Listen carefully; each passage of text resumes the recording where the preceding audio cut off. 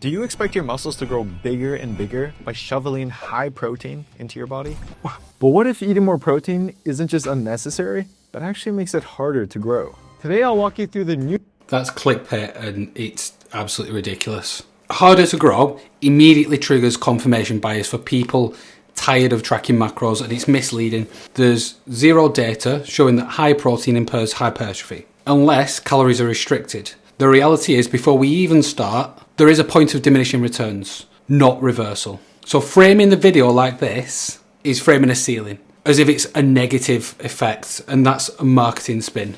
There's been no studies that shows that high protein reduces muscle gain under any equal calorie conditions. New research that challenges everything we thought we knew and reveal the two things that actually build more muscle than protein. But how did protein become known as the most important nutrient in the first place? I mean, there was some diets, I'm not gonna lie, I ate 140 egg whites a day. People think it's crazy that I've eaten 200 grams of protein for almost 20 straight years. When you lift weights, you trigger muscle protein synthesis, a molecular message to your muscles that says build. But building muscle is just like building a brick house. Without bricks, nothing gets built. Protein is those bricks. Eat enough of it, and you've got the raw materials to actually turn that growth signal into new muscle. But when gym bros learned this, they didn't just want to build houses. They wanted mansions. Back in the golden era, it wasn't uncommon for bodybuilders to eat over 300 grams of protein per day, a dozen eggs in one sitting, and pounds of... It's pretty accurate historically, because the guys are like 300 pounds, so it's 1 gram per pound of body weight. Just like someone at 200 pounds, the recommendation is a pound, 1 gram per pound of body weight. So 200 pounds, 200 grams. If you've got Jay Cutler, who's 300 pounds in his off season, eating 300 grams of protein, they're the same. Like, let's not be stupid about this. This is protein marketing overblown. This section is conflating bro culture with science-based targets. The issue isn't protein, it's the misinformation around it. Fast forward to today, and you'll still find lifters chasing 200 plus grams of protein per day, or following the 1 gram per pound of body weight rule like it's gospel. I know I did. I used to believe that if I didn't hit my daily protein target, I was leaving tons of gains on the table. But it wasn't just bodybuilders. The food industry realized that they could cash in on this obsession. So it's good context on overconsumption, but the research shows between 0.8 grams and 1 gram per pound of body weight is optimal. And there's some that show that even more protein is going to give you better returns. Marketing exaggeration doesn't invalidate the actual psychological need for adequate protein. Suddenly, you've got protein cereal, protein chips, protein cookies, even Starbucks lattes with extra protein. Most of it is just cheap protein sprinkled in, but because they can slap high protein on the label, they charge you 20% more, and people will happily pay for it.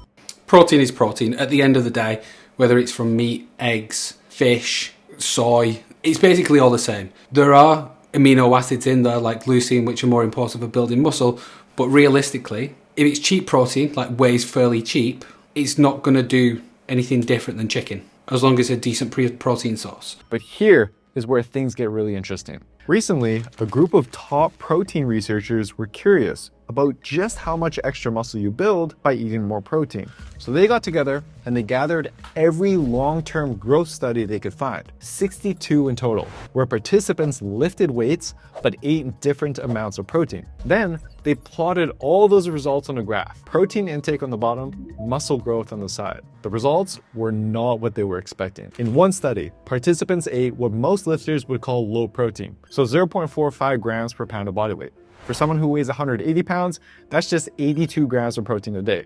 Basically 2 chicken breasts. This mark on the y-axis represents how much growth. Basically, it goes through and says that higher protein doesn't lead to more growth and the trend line flat. He's referencing a study from Morton in 2018. However, the subjects were mostly recreational lifters. They weren't advanced trainees. Most studies were like 8 to 12 weeks. So if you want an accurate reflection of what's going on, it needs to be longer. If you want to actually understand how much protein to eat, you would do it for a lot longer. And they actually capped the protein intake at 1.6 grams per kilogram, or like 0.7 grams per pound. But they did include a few data points above that. But he's quoting the right study, but omitting the context. So 1.6 grams per kilogram saturates muscle protein synthesis. per meal period, not necessarily long-term growth. And above that, returns diminish, but it's still useful for dieting athletes, higher volume trainers, trainees, and advanced individuals. So calling the trend flat massively oversimplifies the dose response curve that just plateaus. Now, what happens if you take a similar group of lifters, but you feed them double that? All the studies in the analysis that looked at moderate to high protein intakes, with just 2 outliers removed because they reported way larger than normal gains. Have more bricks than the blueprint calls for, that doesn't mean you end up with a bigger house. Basically, you just end up with a bunch of leftover bricks, and eventually you're going to have to haul them away from the construction site. So when you're building a house, that's tedious, it's a waste of time. But graphs are one thing. That's the cutest metaphor I've ever heard in my life. Physiologically flawed. Protein turnover is continuous. You're rebuilding every single day. So having a larger amino acid pool isn't about adding more bricks to one house. It's about maintaining enough bricks for continuous repair cycles. And the analogy ignores muscle protein breakdown. It's not like a one-time construction. More protein won't keep adding size forever. But too little protein will slow repair, especially under fatigue or high training loads.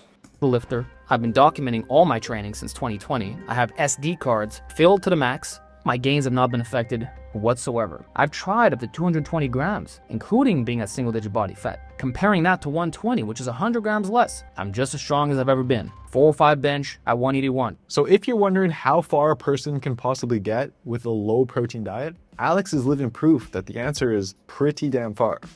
N equals 1. He cut protein from 200 grams and more down to 90 and says there's no difference. It's so anecdotal. He's long trained, probably genetically elite. I mean, his bench press was like absolutely gigantic, and he's maintaining. He's not growing. So maintenance on low protein is easy when muscle is more mature. Calorie intake is sufficient and training quality remains high. But maintenance does not equal growth, so the context matters. So what we're saying is that this is anecdotal data. Alex's statement, remember, statement, that no one else is watching, no one else is taking account of all of these numbers and watching him. He said he's got training on an SD card. Who the hell is going to watch all that? It's not evidence. Do you trust him? Probably did it. Will it work for everyone? Probably not. I feel like people need to focus more on their health instead of just one sole macronutrient, protein. And I'm not the first person to report this. I don't know if you've looked at Brian Bornstein and a couple other guys, but it's a common thing that they're now dropping their levels to around the zone that I'm talking about. And that's been surprising to me too, because now I'm saving money and I don't have to stress about it as much. But now you're Obviously health is more important than protein. Like, you'd rather just not die than be absolutely jacked, but that's not what's in question, because you can have your cake and eat it. You can be healthy and eat more protein. So, sure. did, while another group stayed at 70. The catch?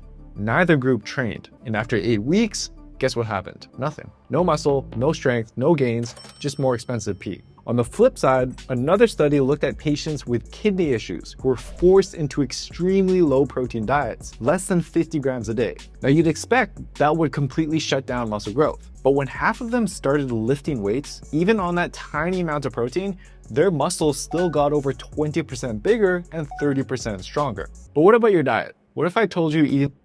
So that's referring to a 1992 study. It's true in short-term novices that obviously were unhealthy, kidney problems, but total energy drives gains more than macro distribution. It's so misleading for experienced lifters. When calories are controlled, protein quality and leucine content do matter. For beginners, calories drive the majority of growth, fine. But past year 1, year 2, year 3, the macronutrient quality becomes limiting. Protein equates performance recovery, not just size. This bowl of rice could get you the same muscle growth as eating all this extra protein. Well, in one experiment, researchers split lifters into 3 groups. All of them followed the same lifting program. Group A got nothing extra, just their normal. It was the extra calories, not the protein, driving the gains. And we see the same thing in the opposite direction. In fat loss studies, people who train hard and eat plenty of protein can still build muscle if they're at maintenance calories or in just a very small deficit. But once that deficit gets too steep,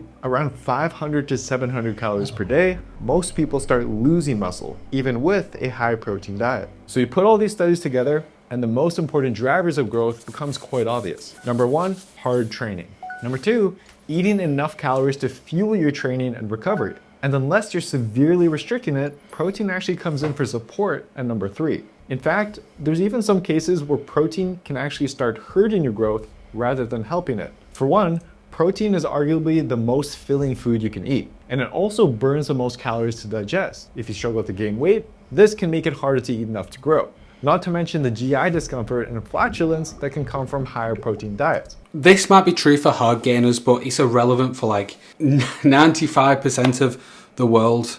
Like, how many people are hard gainers that don't eat enough? Like, if you're a hard gainer, you just eat more fat. You get enough protein. Yes, satiety is a real thing. Yes, you can have different forms of protein, like drink your protein, whey shakes, eat more fat, eat in a longer window throughout the day, like cooking oil. It's just super simple. That argument is just so redundant. Satiety is a problem when you're appetite limited, but you don't need to be. If you wake up and eat straight away and eat just before you go to bed, you're gonna be able to eat enough. You drink your calories, you eat more fat. Saying that it's expensive is just a consumer choice, not a psychological downside.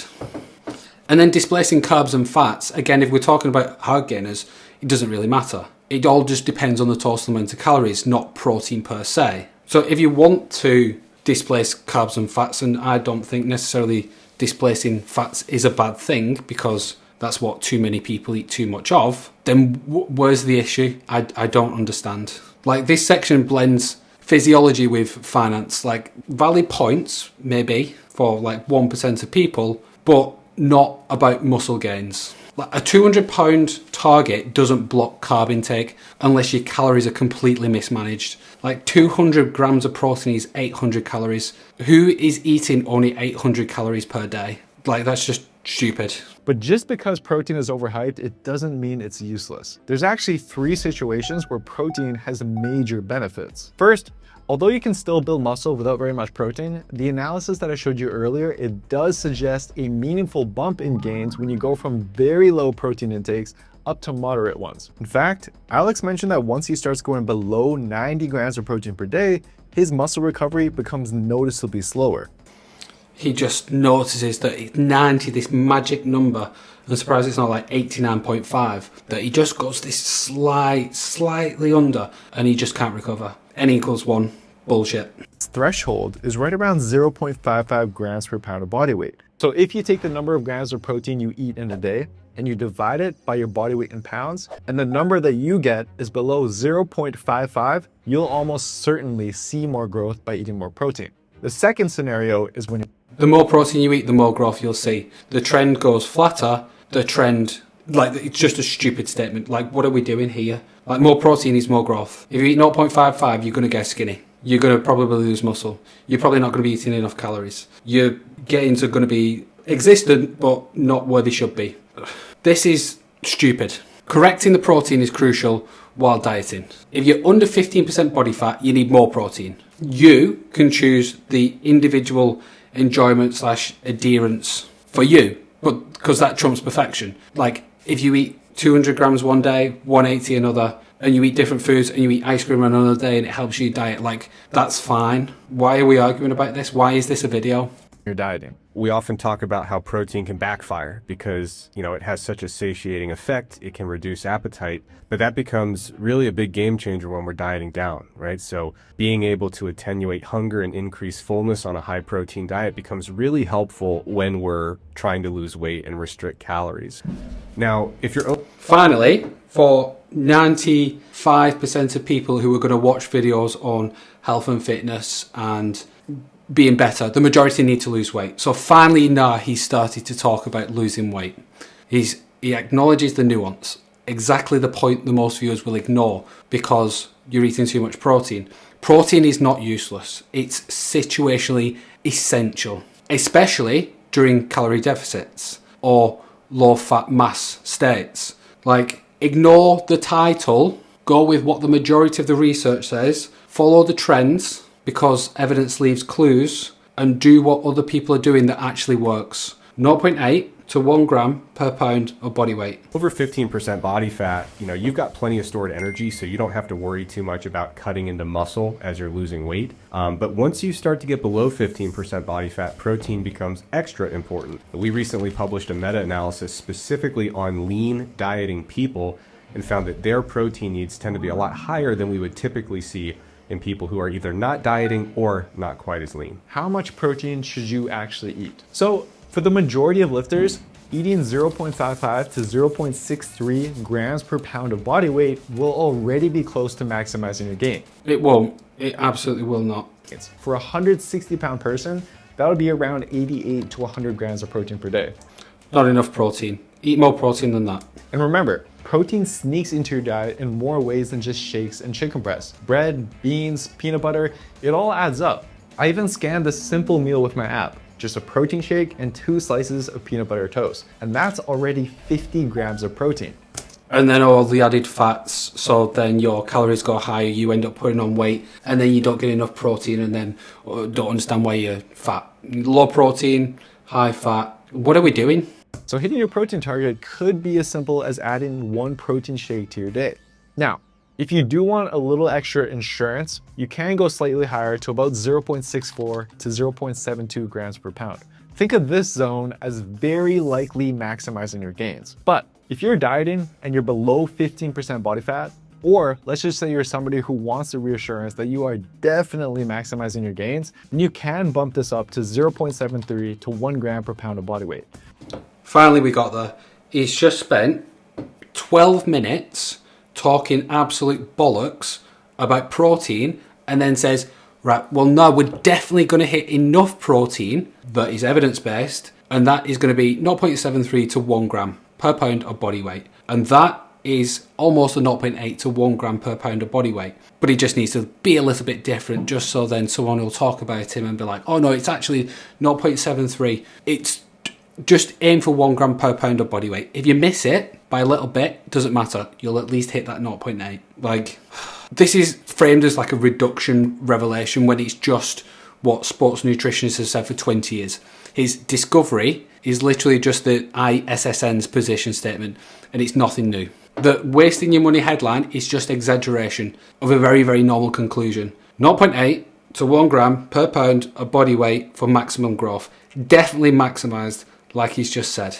All he wants you to do is buy his app, and there's nothing wrong with that if that app is useful for you. But it's marketing. You don't need to be different to understand that you only need 0.8 to 1 gram per pound of body weight to maximise your protein, maximise your gains. If you're not growing muscle on that, you just need more carbs and fats. Bump your calories up. Simple. You can't criticise protein marketing and then still promote protein, and then at the end of it just say that the whole video was complete bullshit and actually the science is 0.8 to 1 gram. And you can't say that the guy who only eats 90 grams of protein is maximised when it's just one guy's opinion on things that just has this perfect number that he just can't recover if he eats 0.0025 grams less. If you eat more protein than 1 gram per pound of body weight, it doesn't really matter. You've maximised it. If you eat like eating chicken, if you like drinking protein shakes and making creamies like I do and hit 300, who gives a shit? You've maximised. If you want to eat more carbs, more fats, fine. Have 0.8 grams per pound of body weight to 1 gram per pound of body weight and fill in the rest. You do whatever you want to do. That is what the science says, not what this video says. If you want to maximise your muscle, that's the number. And if you want to actually know something about fitness that isn't complete marketing and goes 12 minutes before telling you the answer of what you could have just known with a quick Google search, then in the link in the description will give you 21 days of free tips that will remove all of the bullshit. All of this bullshit, 1 email per day, something you'll need to learn, and then at the end of the 21 days you'll basically be able to write your own programs. You'll know more than this bullshit. Go get that. See you in the next one.